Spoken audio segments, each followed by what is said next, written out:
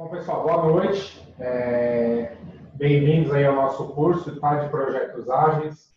Esse aqui é um curso que a gente montou pensando em compartilhar esse conhecimento com vocês. Tá? Tive ajuda, né? O Marcos me ajudou bastante aí com a questão da estrutura do curso. Tá? Eu montei um espaçozinho aqui onde a gente vai interagir bastante. Então, primeiramente, queria agradecer a vocês por estarem aqui uma noite, né, de segunda-feira. Tá? Esse curso foi dividido em 4 módulos, né? Então a gente tem 4 fases aí desse grupo, desse curso. Ele é um curso que geralmente eu faço em um dia, eu quebrei ele em 4 dias. Bom, vamos lá. Então, como eu já disse, o curso vai ser dividido em 4 dias, tá bom? Vamos passar aqui, eu vou compartilhar para a gente começar efetivamente o curso.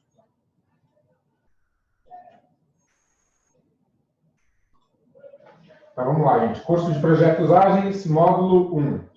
Hoje, o nosso dia é para conversar sobre mentalidade ágil, tá bom? Então a gente pegou aqui o curso e quebrou na seguinte estrutura, tá? Por que é importante saber disso? Tá? Os primeiros passos para entendimento. O que fazer então? Vamos fazer exemplos de fixação do entendimento e no final a gente vai fazer uma sessão de perguntas e respostas. Aí aqui eu anotei para a gente falar o seguinte, eu vou tentar dinamizar, tá, esse curso. Em muitos momentos a gente vai ter bastante interação com todos vocês. Tá? Eu vou manter aberto aqui do meu lado direito a janela de participantes. Tá bom? Então, se alguém quiser falar em algum momento, lembra da função de levantar a mãozinha lá? Entra lá, levanta a mãozinha, que eu vou ver aqui a mãozinha e no momento certo a pessoa pode falar. Tá bom? Claro que se precisar falar, para não perder, aí pode desmutar o microfone e falar, mas vamos tentar seguir essa dinâmica para que a gente consiga ter uma boa dinâmica do curso e consiga evoluir dentro do prazo que a gente estipulou, tá bom? Para não se arrastar demais o curso. Nós estamos com 11 participantes. Muito bacana. Vamos lá. Thiago. Oi. Uma dúvida. Que mãozinha é essa que você está falando, que eu não conheço? Tá, legal. Quando você entra aqui no Zoom, tem uma opção lá que é os participantes, não tem? Sim. Quando você clica lá, você tem uma opção lá embaixo que chama Hands-On. Raise Hand. Isso, clica nela aí. Aí, quando você clica nela, aparece uma mãozinha para mim, tá vendo? E aí os participantes sobem, dizendo que eles querem falar.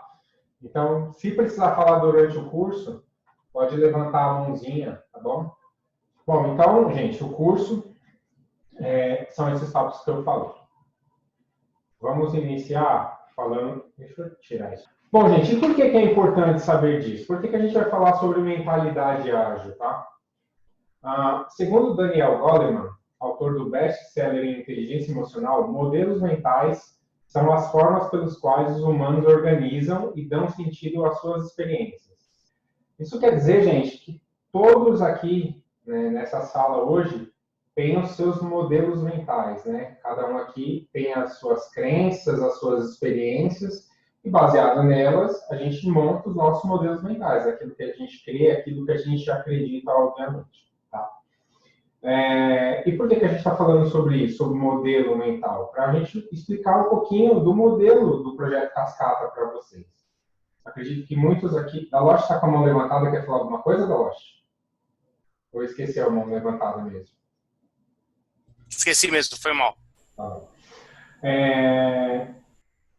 Então, voltando ao assunto, para a gente já poder apresentar para vocês como que é o modelo de projeto cascata, né? Como que as pessoas fazem projeto do modo tradicional, como que isso chega, né, para a gente, como que as pessoas fazem os projetos, tá bom? Então, vamos lá.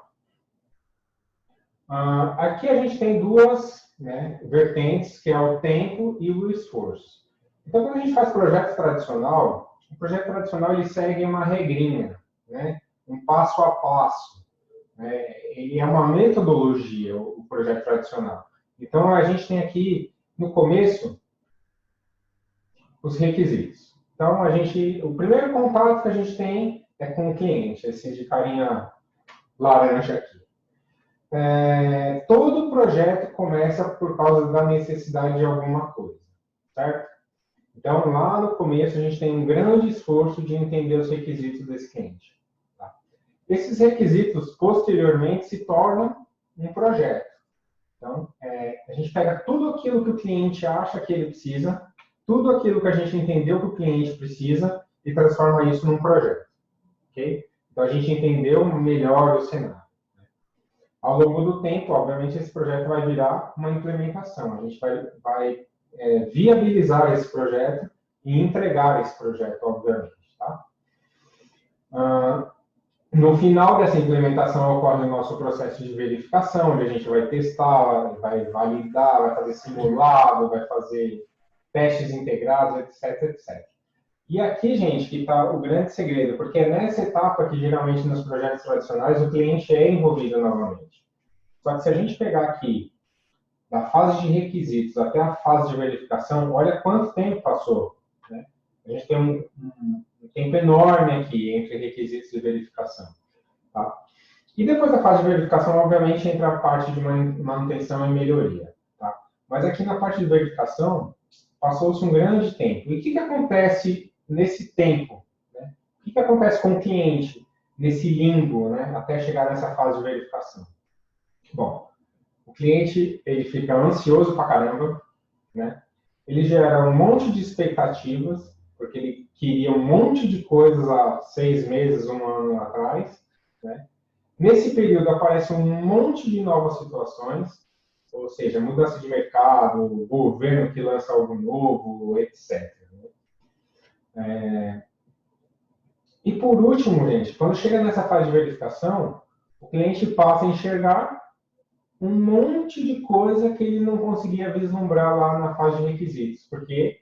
Porque eram pontos cegos para ele. Né? Ele não conseguia ter a visão do todo. E nesse momento agora, ele consegue ter.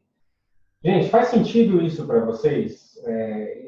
Faz sentido que esse modelo de projeto tradicional é bem complexo de você gerenciar as informações, porque você lida com basicamente previsões. Então, assim, esse tipo de projeto realmente causa grandes transtornos em desenvolvimento de software ou implantação de software. Tá?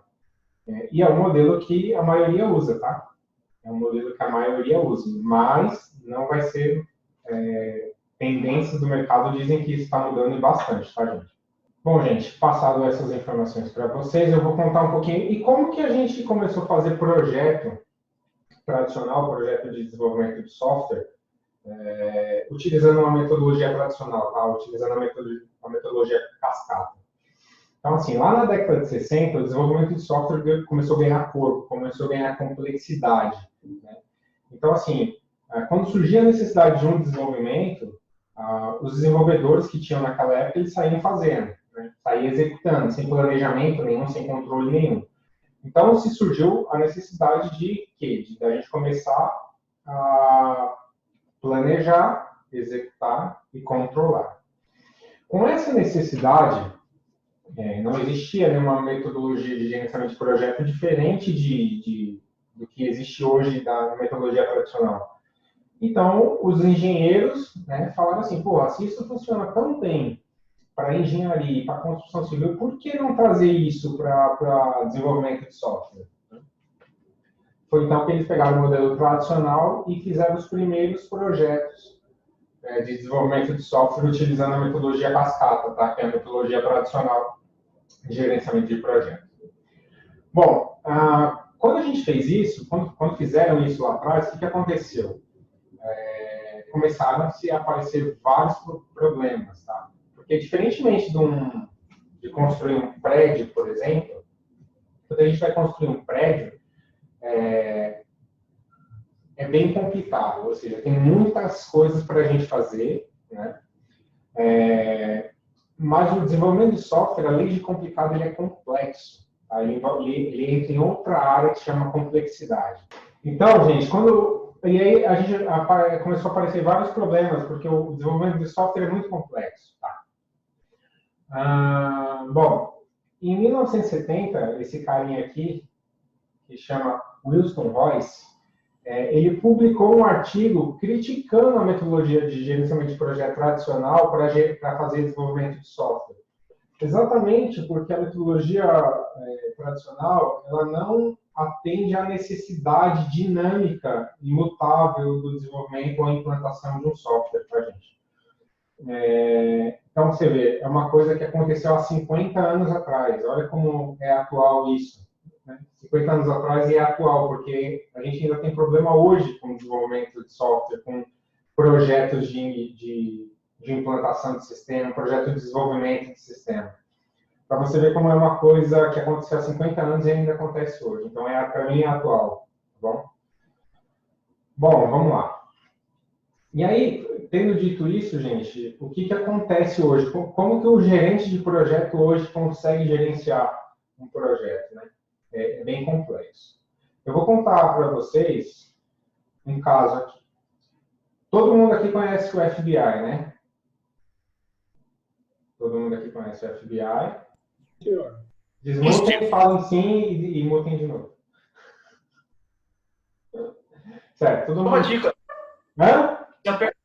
É uma dica. Se segurar a tecla de espaço, ele habilita o microfone temporariamente.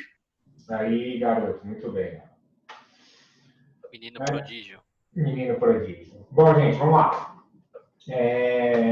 Eu vou contar para vocês, esse é um caso real, tá bom, gente? Que aconteceu com o FBI, para vocês entenderem a diferença de uma mentalidade, de um modelo cascata e de um modelo ágil para a implantação de um sistema. Todo mundo aqui lembra de 11 de setembro, correto? Vamos fazer o seguinte, nesse momento da apresentação, eu quero que vocês desmutem o microfone. Que aí vocês vão começar a interagir comigo, por favor. Todos com o microfone desmutado, por favor. Feito. Perfeito. Todo mundo lembra de 11 de setembro? Pronto. O que aconteceu Sim. no dia 11 de setembro? Sim. Torre Gêmeas. Torre Gêmeas. Bin Laden. Torre Gêmeas, Bin Laden.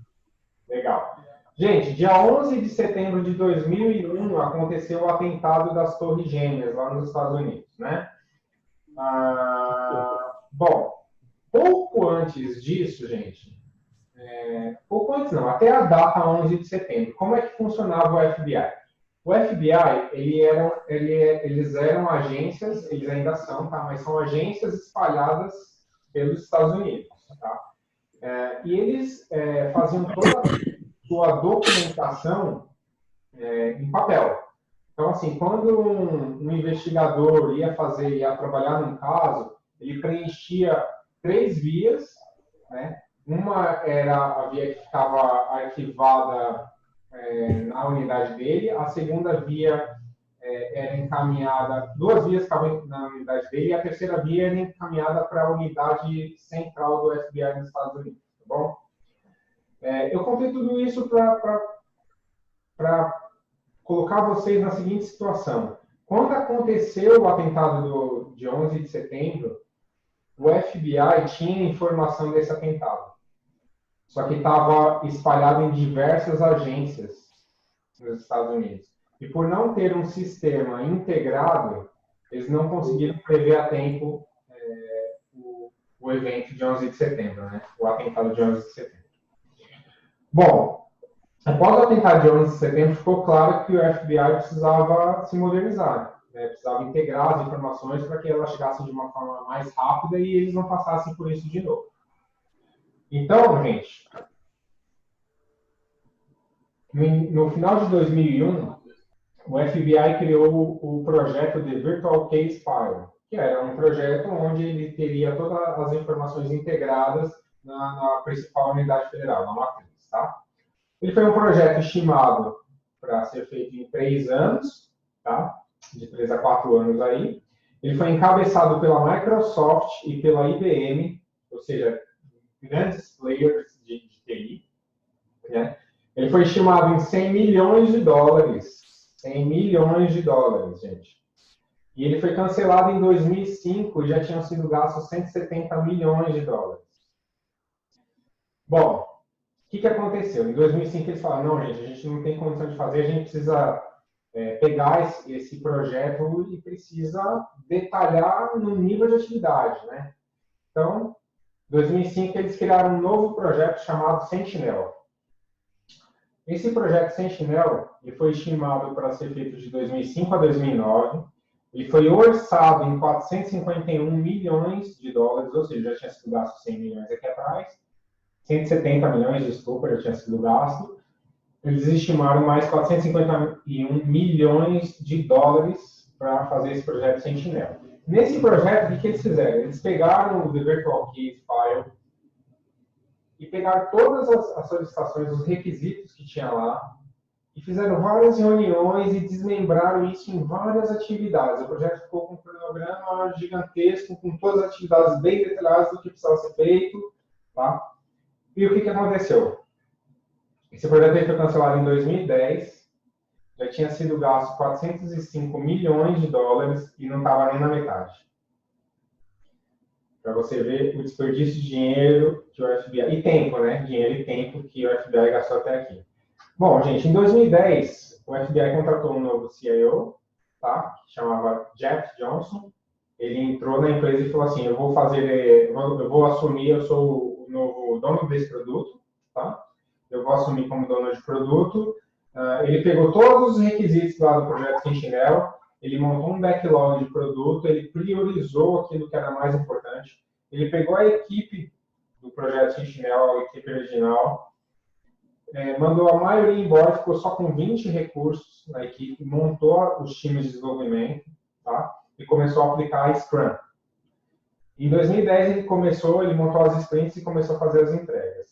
Ele terminou o projeto em 2012, gastou 20 milhões e entregou o software 100% funcional. Tá? Esse aqui é um exemplo claro, gente, do impacto que pode ter a utilização de um projeto tradicional no desenvolvimento de software. Tá? Ao longo desse curso, a gente vai passar por esses conceitos aí que vão clarear ainda mais o entendimento sobre eles. Tá bom? Todo mundo entendeu o conceito aqui? Alguém quer falar alguma coisa? Pessoal, vale a pena ouvir sobre isso ou não vale, hein? Vale a pena, sim. Isso é assim, a experiência nos disse, e aí quem tem barba branca sabe, e cara, isso aqui é um game changer, é uma mudança de jogo completa. Quando você entende o contexto que tem por trás, tudo muda completamente. Vai por mim. Então, acredito que vocês entenderam o tamanho da responsabilidade do Tiagão, e parabéns aí, Tiagão, e principalmente do volume de informações que vem agora. Então, desliguem os celulares, peguem caderno e caneta e anota, porque aí vem muita coisa legal, viu? Valeu, Tiagão, toca o barco. Valeu, Marcão, obrigado. Bom, gente, vamos lá, então. Então, agora a gente vai falar sobre o modelo ágil, gente. A gente falou sobre o modelo cascata, a gente mostrou a comparação entre os dois, tá? Mostramos um caso, inclusive, real, que aconteceu mesmo. E agora a gente vai falar sobre mentalidade ágil, gente. O que é a mentalidade ágil? Qual que é o conceito por trás da mentalidade ágil, tá bom? Então, os tópicos serão esses, como aprendemos, por que de tudo isso. Vamos falar um pouquinho sobre teoria da complexidade, o que é um projeto. Vamos falar bastante sobre processo preditivo e processo empírico. E depois a gente vai falar, mostrar casos e fatos para vocês, tá bom? Então, gente, como aprendemos? Então, vamos ler um pouquinho aqui. Segundo William Glasser, nós aprendemos. Então, nós retemos de conhecimento cerca de 10% quando lemos alguma coisa. Se eu pegar um livro para ler, eu provavelmente vou reter aí 10% daquilo que eu leio desse livro. Eu consigo reter 20% de aprendizado quando eu escuto alguma coisa. Então, se eu ouvir um podcast, se eu ouvir algum curso que seja áudio, tá? Eu vou reter de conhecimento cerca de 20%. A gente retém cerca de 30% quando a gente vê. tá bom? Quando a gente vê e escuta, no nosso caso aqui, quando a gente vê e escuta, a gente retém cerca de 50% daquilo que a gente está vendo e escutando, tá bom? Quando a gente discute sobre esse assunto, ou quando a gente faz, a gente retém aqui entre 70% e 80%. E, finalmente, quando a gente ensina, é quando a gente mais retém o conhecimento, ou seja, eu sou o que mais está aprendendo aqui. Mas qual que é a ideia desse curso, gente? Eu montei a estrutura desse curso para tentar manter a gente entre as faixas 70%, tá, e 80% aqui. Então, por isso que a gente vai trabalhar bastante com a questão dinâmica, com a questão ágil, tá? E eu vou explicar isso para vocês nos próximos slides. Pois bem. Gente, o que é um gerente de projeto hoje em dia? Eu falei há 2 slides atrás aí, né, sobre o gerente de projeto. Gente, um gerente de projeto hoje, para gerenciar um projeto de desenvolvimento de software, cara, ele tem que ser um super-herói. Ele tem que ser um super-herói. Porque ele tem que lidar com ambientes muito complexos. Quando a gente está falando de software, é muito complexo. Então, é muita mudança, ele tem que gerenciar escopo, ele tem que gerenciar requisitos, ele tem que controlar isso. Ele tem que gerenciar cronograma, ele tem que gerenciar recursos do cronograma e as mudanças do cronograma. Ele tem que gerenciar custo, ele tem que gerenciar todo o orçamento do projeto e controlar isso. Ele tem que gerenciar qualidade. Ele tem que gerenciar a comunicação entre todas as partes interessadas do projeto. Ele tem que gerenciar os riscos. Ele tem que mitigar esses riscos. Ele tem que fazer análise qualitativa e quantitativa. Gente, é muita coisa para um gerente de projeto fazer. Além disso, ele tem que fazer toda a documentação. Mais difícil, né, Tiagão? Pessoa também. Exato. Ele tem que gerenciar as pessoas, né? E aí, as partes interessadas, né? Que são as pessoas diretas e indiretamente. Então, assim, o gerente de projeto, cara, se você parar para analisar friamente, quando ele tem que lidar com um ambiente complicado, mas onde haja clareza, né? Ou seja, construir um prédio é complicado, na minha opinião. Mas se eu tiver tempo e os recursos certos, eu consigo planejar tudo o que precisa para construir um prédio. E eu vou ter pouquíssimas mudanças na construção desse prédio, né?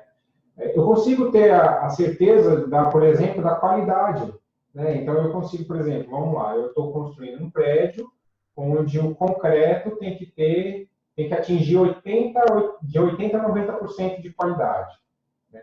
Eu começo a fazer um prédio, quando eu estou no primeiro andar, eu vou lá e faço um teste de qualidade.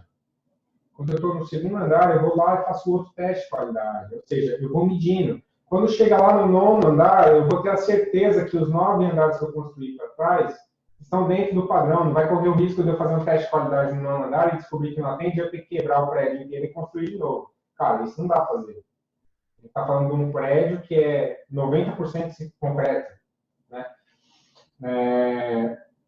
E esse cenário, tudo bem. Eu comparo como se fosse uma viagem, né? Eu vou fazer uma viagem para a praia, aqui pertinho, né? Vou viajar de dia. Então, assim, eu vou planejar a minha viagem para a praia, eu vou saber que posto de gasolina eu vou parar, eu vou saber quantos pedágios eu vou pagar. Então, se eu tiver tempo e os recursos corretos e as informações corretas, eu consigo fazer um planejamento bom para ir para a praia durante o dia. Quando a gente fala de desenvolvimento de software, eu comparo, é a mesma viagem, só que ela acontece à noite. É a mesma viagem, só que ela acontece à noite, né? Então, assim, eu só consigo enxergar, gente, com o farol ligado 50 metros. Então, assim, eu posso planejar muitas coisas? Eu posso. Mas eu posso me deparar com um monte de problema que eu não consigo enxergar, né? Eu posso ter um buraco na via, não conseguir enxergar e cair nele e meu carro capotar, etc, etc, etc. Então, eu vou ter essa imagem aqui só para contextualizar para vocês o quanto é importante a figura de um gerente de projeto hoje em dia, mas o quão complexo é para um gerente de projeto fazer o seu papel hoje em dia. Gente, agora a gente vai começar a primeira parte da nossa reunião, a primeira parte interativa. Eu quero que vocês desmutem o microfone, por favor. Alguém já ouviu falar de estrutura libertadora, gente? Não. Não. Entendi a pergunta. Não. Alguém já ouviu falar de estrutura libertadora? Estruturas libertadoras. Não. Existe, gente, assim, um cenário que diz que quando a gente junta muitas pessoas,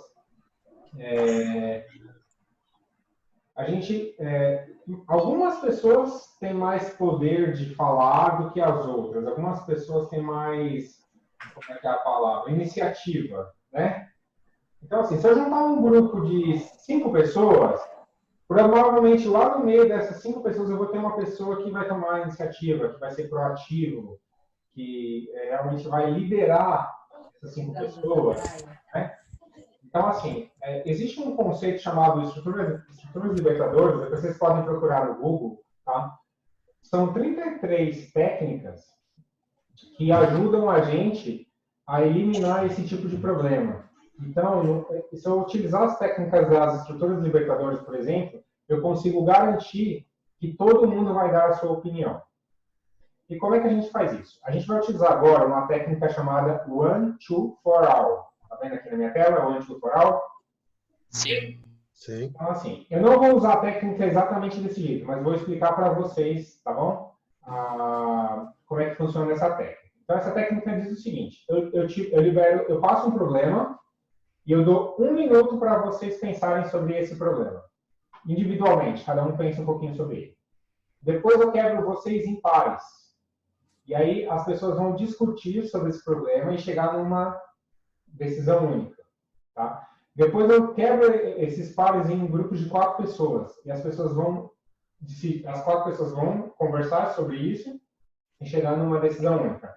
E por fim, a gente separa mais 5 minutinhos para juntar todo mundo e conversar e chegar num consenso geral sobre tudo.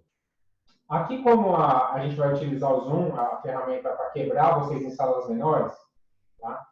O que vai acontecer agora? Eu vou dar 1 minutinho para vocês pensarem sobre esse problema, vou explicar o problema, vou dar 1 minutinho para vocês pensarem sobre ele, vou quebrar vocês em salas, e aí eu vou ver quantas pessoas tem aqui, eu acho que são 11 pessoas, provavelmente eu vou quebrar vocês 14 pessoas. Então eu vou quebrar vocês em 4 salas, tá bom? Vocês vão discutir sobre isso nas salas e depois juntos nós vamos conversar aqui na lousa sobre o que vocês falaram, vocês vão me dar o feedback de vocês, tá bom? Bom, a gente falou bastante que o gerenciamento de projeto tradicional enfrenta grandes problemas na área da TI devido à complexidade, ok? Agora, gente, eu quero que vocês conversem entre vocês o que é um problema complexo, quais as circunstâncias, quais as características que indicam o que é complexidade. E aí eu quero que vocês discutam aqueles 5 minutos, tá bom, gente? Sobre o que é complexidade. E a gente volta, então, para discutir no quadro depois. Ok? Perfeito. Beleza? Vamos, Cabral. Vamos lá. Show de bola, hein? Aqui também a discussão foi quente aqui. A Tá, discussão gente, foi quente e aqui é Queira Matrix, mano. Só o desenvolvedor. gente, E vou pior pedir... foi eu, mano, que caí com 2 pelados aqui na sala aqui, velho. Ô, Rubão. Sempre com gente, você. Vamos lá. Gente, Bora. vamos lá. Vocês discutiram, então, vocês como grupos auto-organizáveis, né, que vocês são, vocês provavelmente conseguiram se organizar. Agora eu quero que eu vou habilitar a tela de participantes aqui, para mim, tá bom?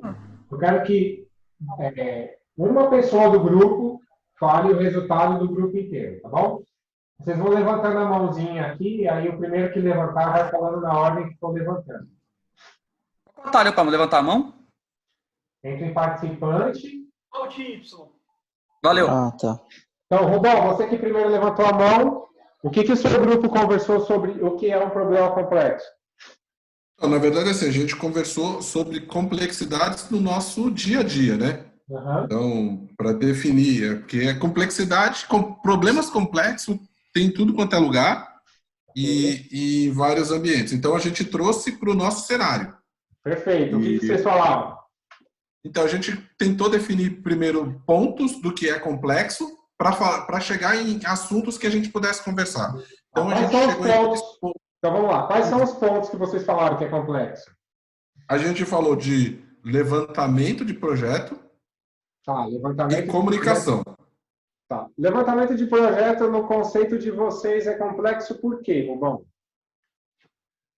Porque um projeto mal levantado, ele acarreta numa implantação mal feita e vai escalonando. E por aí Perfeito. vai. Mas, Né? assim, o que torna complexo o levantamento? Por que é complexo o levantamento?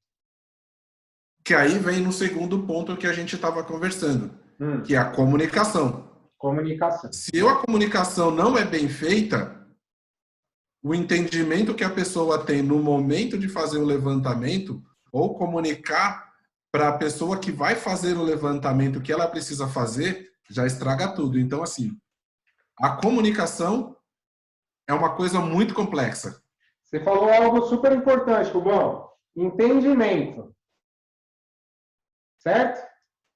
Certíssimo. Tem a ver com comunicação, mas o lance aqui está no entendimento. Uhum. O que mais? Vamos falar os 2 tópicos cada grupo, tá? Porque senão vai ficar muita coisa para a gente discutir. Então, Thiago, mas o nosso ficou focado bem no entendimento mesmo. Legal. A gente separou os 2 tópicos e o entendimento sempre voltava, a parte da comunicação e o entendimento voltava também a seguir o outro. Então, a gente foca no entendimento barra comunicação aí. Perfeito, Rubão. Obrigado. Próximo a falar. Rubão, você baixa a mãozinha, tá? Ângelo, pode falar.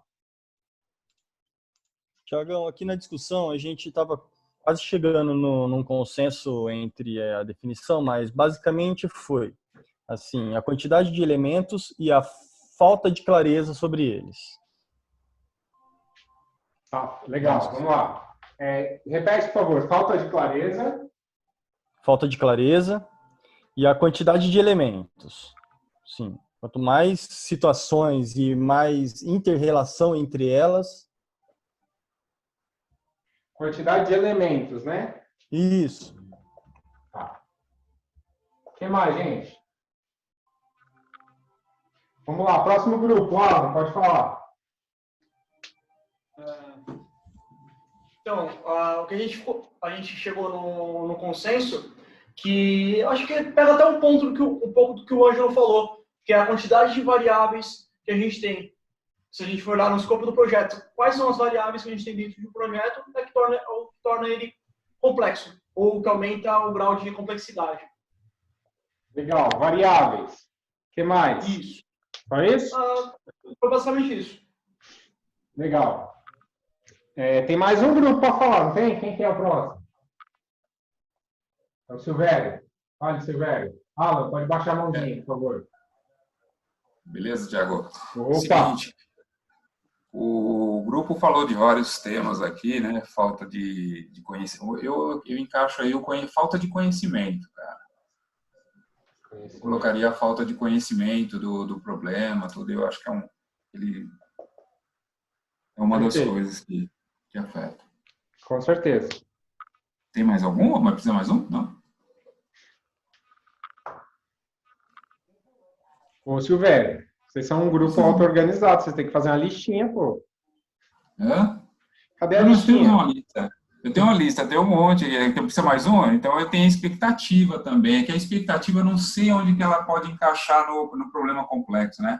Na verdade, eu não encontrei a palavra. Tem tudo a ver. Atender a negar a expectativa, entendeu? Tem tudo a ver e eu vou falar o porquê.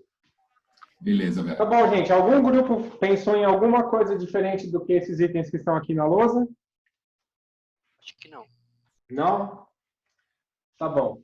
Gente, o que é um problema complexo, cara? Eu acho que, assim, eu vou dizer o que para mim torna algo complexo. Eu acho que a maior coisa que pode tornar algo complexo é a incerteza de alguma coisa. Correto?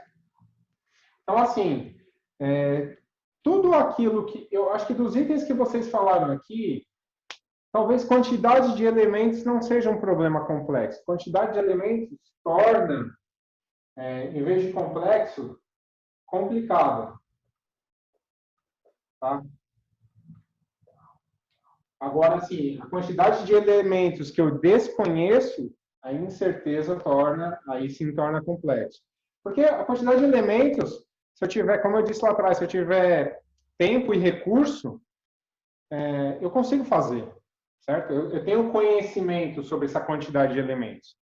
Agora, a incerteza sobre esses elementos me torna um problema complexo. A falta de Mas a clareza quantidade de me torna um elementos, problema Thiagão, complexo. alinhado à inter-relação entre eles, entendeu? Oi? A quantidade de elementos e a inter-relação entre eles que torna o Aí, problema complexo. então, sabe? se faltar entendimento, aí é complexo. Sim. Caso contrário, é só complicado. Aí eu boto só força e consigo fazer. Tá? Então, eu acho que o maior problema complexo que existe é entendimento, falta de clareza, incerteza das variáveis, falta de conhecimento, a expectativa, porque às vezes a expectativa é muito diferente daquilo que a pessoa quer, então isso gera uma incerteza, tá bom? E foi bacana, vocês falaram bastante tópicos que realmente têm a ver com problemas complexos. Então, vamos voltar. Pessoal, então o que é a teoria da complexidade, tá bom? A teoria da complexidade diz que qualquer projeto ele navega nessas 4 áreas aqui. Então, um projeto ele pode ser simples, ele pode ser complicado, ele pode ser complexo ou ele pode ser caótico. Quando a gente está falando de no conhecimento do simples aqui, tá? O relacionamento entre causa e efeito é óbvio para todos. E aqui, nesse ponto aqui, deixa eu pegar até a caneta que faz a marcação que escreve aqui. Nesse ponto aqui do simples, tá? Aqui no simples, nossa, amarelo não dá, né? Vou mudar a cor. Dá para enxergar. Tá. Então vamos lá. Aqui no simples, então aqui cabe-se perfeitamente utilizar uma metodologia de gerenciamento de projeto tradicional. Porque o objetivo é claro, os requisitos são claros. Então aqui eu tenho as melhores práticas, gente. Tá vendo? Nesse cenário eu tenho as melhores práticas. Então eu consigo efetivamente aplicar uma metodologia tradicional, porque eu conheço todas as fases, entendeu? Então para mim é muito tranquilo efetivamente acontecer isso. O que acontece com o gerenciamento deixa eu subir essa barrinha aqui na frente. O que acontece num projeto de sistema, no nosso meio? O que acontece? Geralmente um projeto ele é complexo, tá? Então, assim, nós não podemos entender as relações de causa e efeito com antecedência, tá? À medida que vamos vendo, os eventos vão se desenrolando. E aí, sim, a gente consegue entender como eles surgiram ou por que eles surgiram. Tá? A gente trabalha, pessoal, a gente começa um projeto num ambiente super complexo. A gente não entende direito as coisas. A gente precisa fazer o quê? Levantar os requisitos, correto? Então, a gente gasta força entendendo esses requisitos, entendendo. Então, a gente vai trabalhando e a gente pega aqui, está aqui no complexo aqui, a gente vai trabalhando, porque a gente vai, levanta um monte de item. A gente faz o quê? Vai lá para o ambiente complicado. Opa, agora eu já entendi um monte de item, é complicado, e aí eu saio fazendo esse monte de item. Tá? Eu terminei esse monte de item, eu tenho mais itens para fazer, eu volto para o complexo. E aí eu fico nesse ciclo. Me falta entendimento, entendi, vou fazer. Me falta entendimento, entendi, vou fazer. Se eu utilizar uma metodologia de projeto tradicional e não fizer esse ciclo, eu vou sair do ambiente complexo para um monte de requisitos que provavelmente vão mudar. Então, ele vai se tornar complicado, mas quando eu chegar aqui no complicado, eles vão mudar.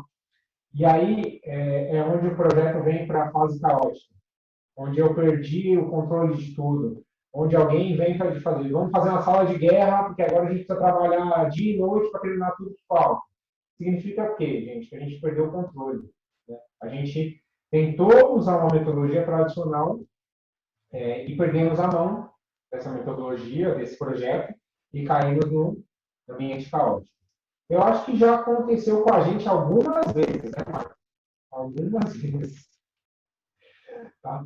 A mentalidade ágil, gente, vem para dizer o quê? Que a gente tem que fazer esse ciclo de sair do complexo e vir para o complicado, mas em pequenas etapas, tá?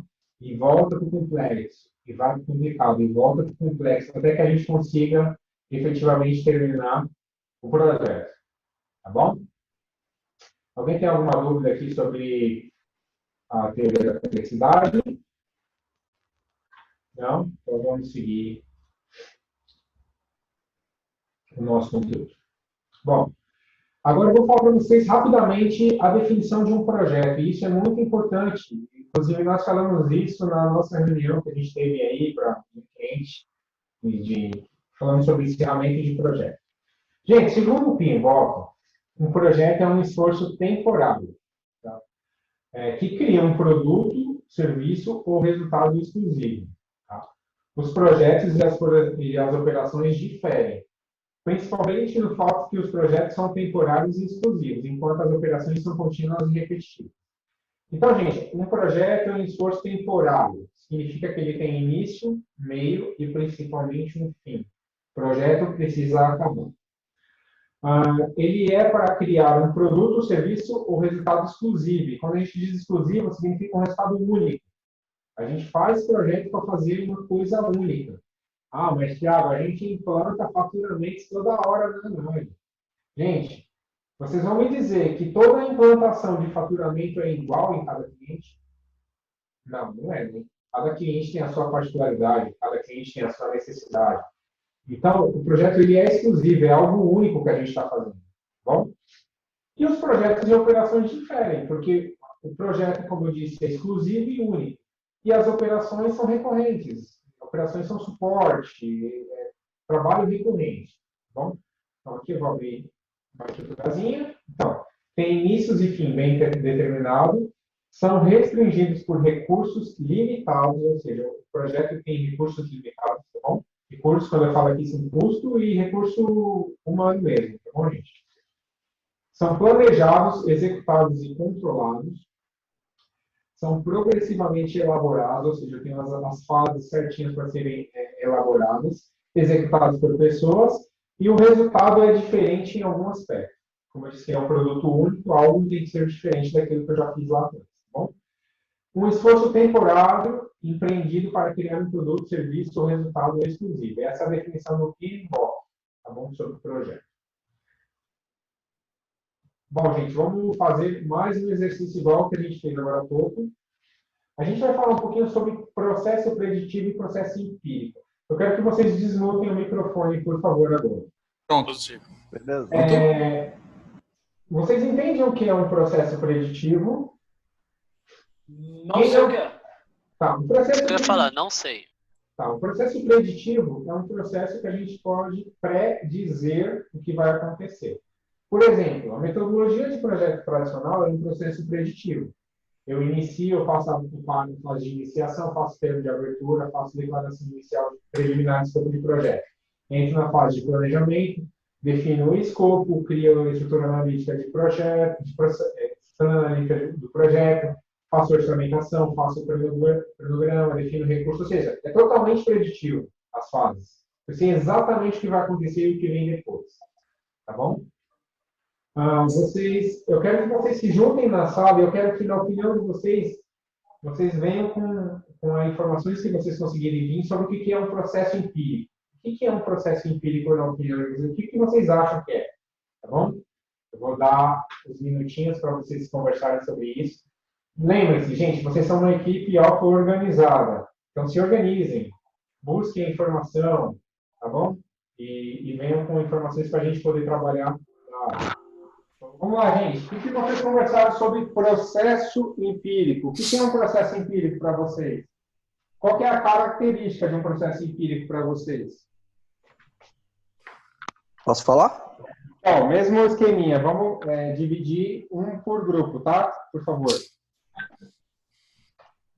Beleza, eu já tinha levantado a mão primeiro. Posso falar? Ah, bom. É a flexibilidade... cara... Vai, Capita, fala aí. Vai, Thiago. Um processo empírico é a flexibilidade de escopo. Flexibilidade de escopo, você colocou? Isso. Ou seja, a mudança, certo? Exatamente. Legal. É propenso à mudança. O que mais, gente? O que mais você botou? Posso falar? Dois. Gente, 1 ou 2 por grupo, tá bom? Tá. Legal. Próximo. Quer dizer, Posso T2, você vai falar mais alguma coisa? Não, era só isso mesmo, cara. Obrigado. Tá bom. Então eu vou falar. Quem é que tá com a mão levantada aqui? Deixa eu ver. Eu. Vai, fala, Pablo. A gente colocou como senso comum e aprendizado através das experiências vividas, que no caso é o que prega o Scrum, né? Então a gente entendeu como processo empírico que a gente vai aprendendo conforme o que a gente vai passando, as experiências que a gente vai tendo, isso se torna um processo empírico. Então os 2 tópicos que a gente colocou foi como aprendizado através de experiências vividas e um senso comum. No Scrum a gente utiliza todas as pessoas para conseguir chegar num senso comum. Então, o primeiro ponto é aprendizado e o segundo?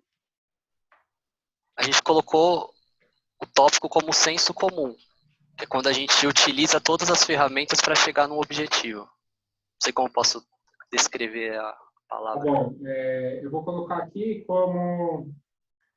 eu vou colocar time aqui, depois nós vamos discutir sobre isso. Beleza. Equipe, tá bom? Grupo. Próximo, é o Daloche, né? Pode falar, Daloche. Sou eu.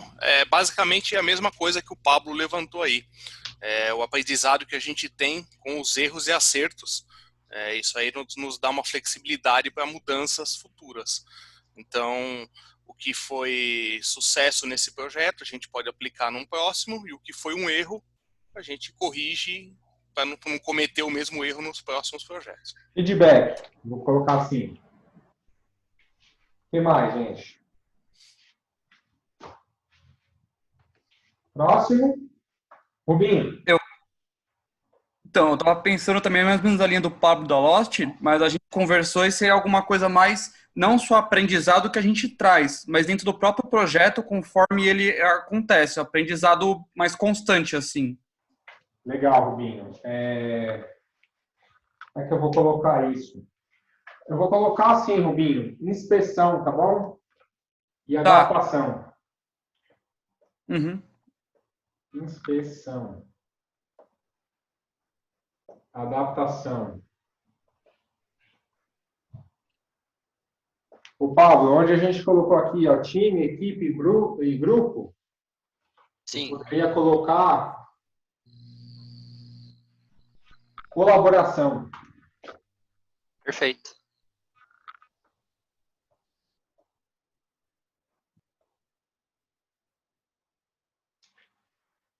Gente, o processo empírico é tudo isso aqui, tá? Ele trabalha através do feedback, através do aprendizado, tá? Ele é totalmente receptivo à mudança. Esse tipo de processo gera outra coisa, que eu vou colocar aqui, que é transparência. Tá? Transparência. A colaboração, o processo é muito colaborativo. A gente tenta não deixar uma pessoa responsável por algo, e sim um grupo de pessoas responsáveis por algo, tá? Para que seja mais colaborativo e ágil o desenvolvimento das coisas, tá bom? O processo preditivo, gente, é exatamente o contrário disso. Então, o processo preditivo, ele não é um processo que aceita a mudança, tá? Ele tem mudança, ok, mas ele não é receptivo à mudança, tá bom? Eu vou mudar aqui. Ele não é receptivo. Receptivo. A mudança, tá? Ele não trabalha em cima de aprendizado, Então, assim, gente, o processo preditivo é completamente o contrário do processo empírico, tá bom? Como eu estava falando, então ele não é receptivo à mudança, tá? Ele não trabalha em cima de aprendizado, de feedback, tá, gente?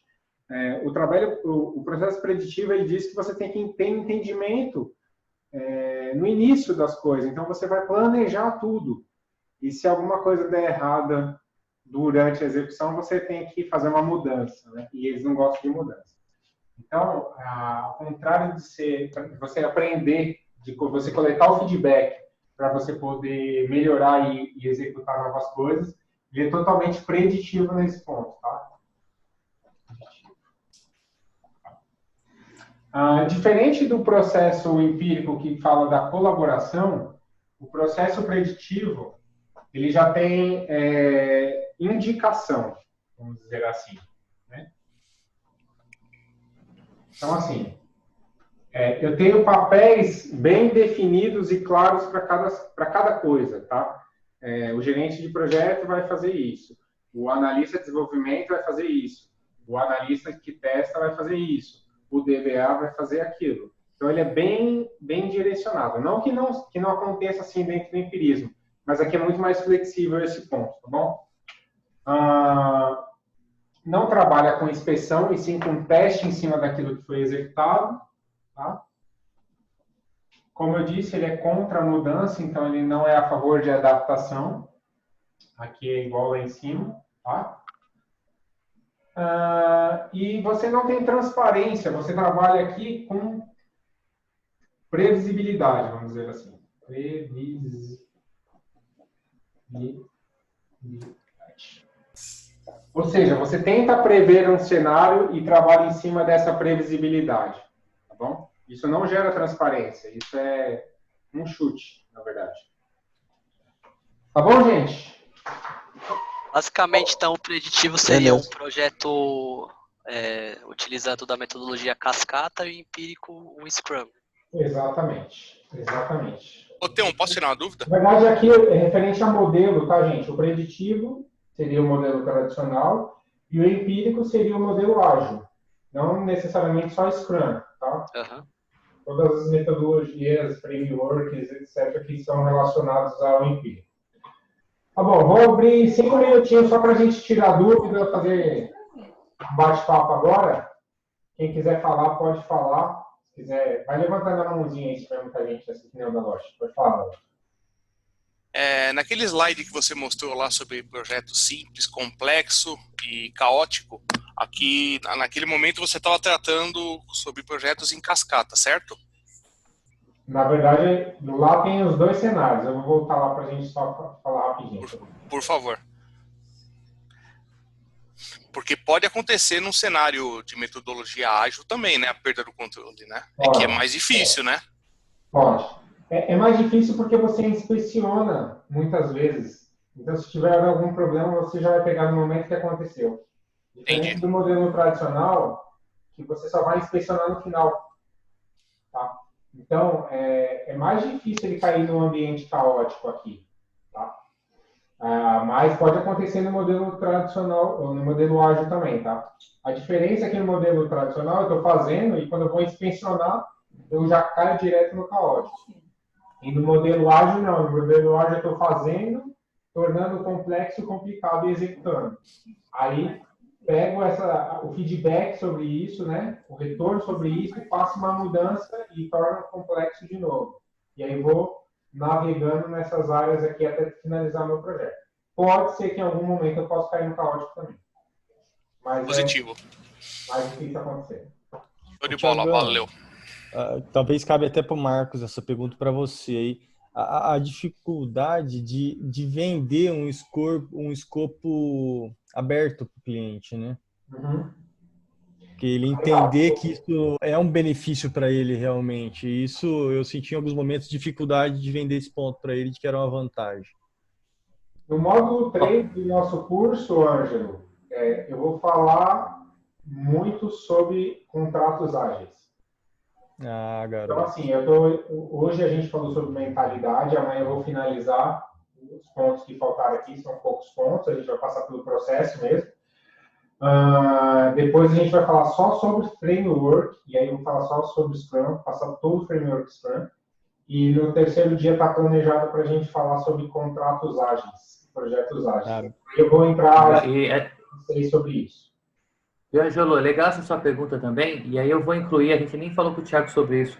Como você vai falar isso na terceira aula, Thiagão, dá 10 minutinhos para mim no final, tá bom? Claro, com certeza. Porque aí eu vou contar as histórias que aconteceram de insucesso, de não conseguir vender, e as histórias que eu fiz, as abordagens que nós fizemos que conseguiram vender. E, legal, e traz alguns aprendizados, Legal. sabe? Traz alguns aprendizados, sim. Com Isso certeza. é top. Beleza, gente. Muito obrigado pela disponibilidade. Espero ter contribuído. O que vocês acharam da aula? O que vocês acharam do modelo? Levanta a mão, Alan. Eu tava com queria uma falar. anotada, mas me cortaram. Foi boicotado, Alan. Pode falar, Alan. A gente deixa. Então, sobre 2 pontos. Primeiramente, naquela parte que você falou da incerteza. O que você quis dizer sobre incerteza? Quando estava pontuando. Quando a gente estava falando o que é um problema complexo, né? Isso. Eu quis dizer que é o seguinte: o que torna qualquer problema complexo é a incerteza sobre ele. Então, por exemplo, assim, se eu tiver que consertar um motor de carro e eu não for um mecânico ou não tiver um mecânico disponível, isso se torna um problema complexo, porque eu não tenho entendimento dessas variáveis, entendeu, Alan? Imagina assim, alguém chega para mim e fala assim: Thiago, você tem hoje para deixar esse carro funcionando comigo. Só que eu, Thiago, não sou mecânico e nem tenho nenhum mecânico disponível. Então, isso se torna muito complexo, porque eu não sei dizer se é possível resolver esse problema em um dia ou em 10. Entendeu? Então, como é que eu vou fazer um planejamento de, cliente, eu vou entregar o seu carro funcionando daqui a 10 dias se eu não tenho nem informação que me oriente nisso? Então, isso é muito complexo. Agora, se eu tiver um mecânico experiente ou se eu tiver uma equipe experiente que possa me prover essa informação de forma assertiva, ou seja, a equipe sabe, ela foi lá e analisou o carro, ela entendeu, isso só se torna talvez um problema complicado ou não. Ele pode ser simples, ou seja, eu sei exatamente o que tem que fazer, ou ele só pode ser complicado. Putz, eu vou trocar só a correia dentada do Meriva, só que para isso eu tenho que tirar o motor fora, então é complicado. Eu posso, então, ou pelo menos, ou substituir ou acrescentar insegurança? Insegurança tem a ver com, talvez, desconhecimento sobre alguma coisa. Porque eu acho que se você só é inseguro se você não tem o completo conhecimento daquilo. Então, aí caímos no mesmo ponto da incerteza. Se você tiver pleno conhecimento daquilo, talvez você não tenha insegurança. Ou pode ser que sim, tá? Pode ser que sim, mas acredito eu que se eu tiver... Se você me fizer alguma pergunta sobre algo que eu conheça plenamente, eu não vou me sentir inseguro. Tá? Agora, se eu estiver inseguro, talvez eu não tenha um completo conhecimento. Se eu não tenho um completo conhecimento, eu caio na incerteza novamente. Tá bom? O outro ponto que eu queria tirar uma dúvida, quando você colocou como que é o empírico e qual era o outro? Preditivo. Uma das principais diferenças desses dois eu poderia colocar como fácil adaptação, até no nível de papéis, por exemplo. Sim. Eu vou te dar 3 palavrinhas que tem tudo a ver com o processo empírico, Alan. E a gente vai falar bastante disso amanhã no framework, tá? O processo empírico, ele trabalha em cima de 3 pilares: inspeção, adaptação e transparência. Então, eu basicamente crio alguma coisa, inspeciono e adapto. Crio, inspeciono e adapto.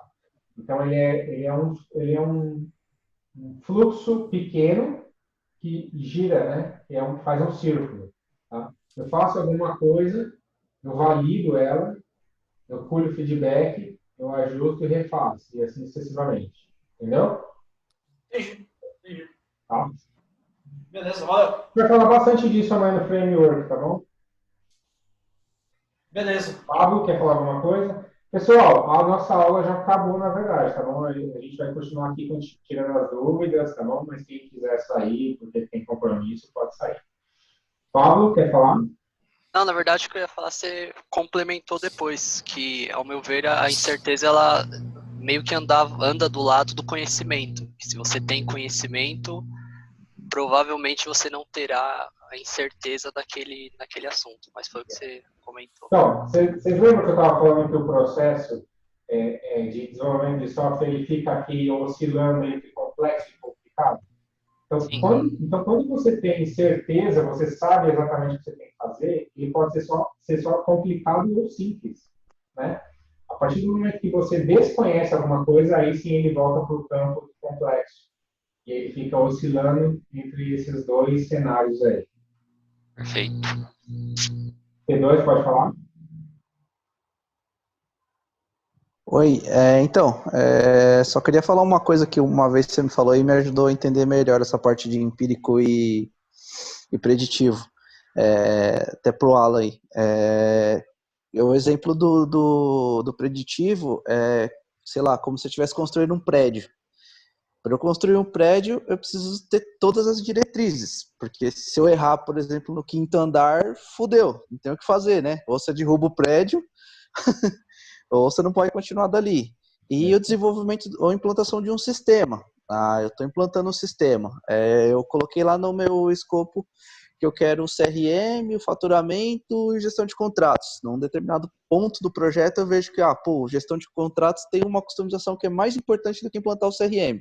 Prefiro fazer essa customização e deixo o CRM para depois, ou nem utilizo o CRM. Isso fez eu ficar mais claro na minha cabeça. Bacana, Fernando. Obrigado por Só uma compartilhar. observação. Que é isso. Silvério? Fala, Tiagão, beleza? Tudo bom? Bem, cara. Eu queria só pegar, né, passar para te dar os parabéns. Muito legal, cara, bacana. Gostei bastante do conteúdo. É isso aí. A gente está entrando numa onda que realmente para cima, é para frente, é evolutiva. E eu sou muito grato de fazer parte desse time, de você ter me convidado para fazer parte disso aí tudo. Bacana, obrigado e parabéns, cara. Ficou muito bacana, gostei. Cara, obrigado. Eu me sinto lisonjeado por ter preparado isso para vocês. Eu acho que a gente merece ter esse tipo de conhecimento, e conhecimento é bom para todo mundo. E como eu disse, eu sou o que mais aprende aqui, tá? Peço desculpas por alguns problemas que a gente teve aí, problemas técnicos, tá? Mas eu fiz de tudo para que essa aula fosse bem interessante, tá? Que vocês participassem e tal. E eu acredito que vai melhorar a cada dia que a gente for fazer. Foi massa, Thiagão. Parabéns. É isso aí, show de bola. Obrigado. Parabéns, mano. Posso falar? Pode. Agora apareceu. Muito legal. Não, assim, eu corroboro com as palavras do Silvério. E os problemas técnicos só acontecem com quem faz, tá bom?